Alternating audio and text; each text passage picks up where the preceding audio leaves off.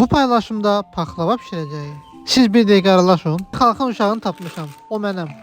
Mən ilk öncə paxlavanın içini düzəldirəm. İngredientləri şərh bölməsində yazmışam. Almaniyada hilin 30 qramı 5 manatdır.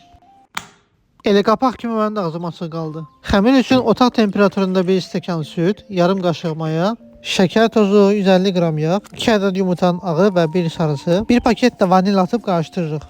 X-Men deyə də bir. Xamaz qala yadımdan çıxmışdı. 200 qram. Daha sonra hissə unu atıb qarışdırırıq. Xəmirlə oynamağı heç sevmirəm, amma insan bəzən məcbur qalır. Hindistan küçə ləzzətləri. Əlcə ilə içdiysən su atırlar, əlcəsiz də içdiysən yenə su atırlar. Ona görə də sən necə xoşda elə də işlə. Şərbət üçün 2 stəkan yarım şəkər tozu, 2 stəkan su və yüngülvari limon tozu. Yarım saat gözləyən yetim xəmirimizi fransız çörəyi kimi uzun edirik. Kənarlarından 2 ədəd böyük kündə kəsirik. Bunlar paxlavamızın alt və üst hissəsi olacaq.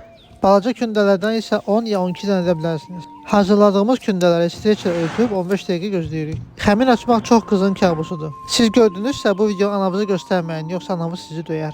Əgər analar izləyirsə fikir verməyin, böyüyəndə öyrənər. Köpək qızı, oğlana bax, paxlava bişirir. Paxlavamızın içliyini ikinci qatdan sonra əlavə edirik. Son qat əlavə etdikdən sonra kənarlarından biraz kəsirik ki, səliqəli olsun. 1 saat soyuducuda gözlədirik ki, kəsəndə xəttkeş kimi olsun.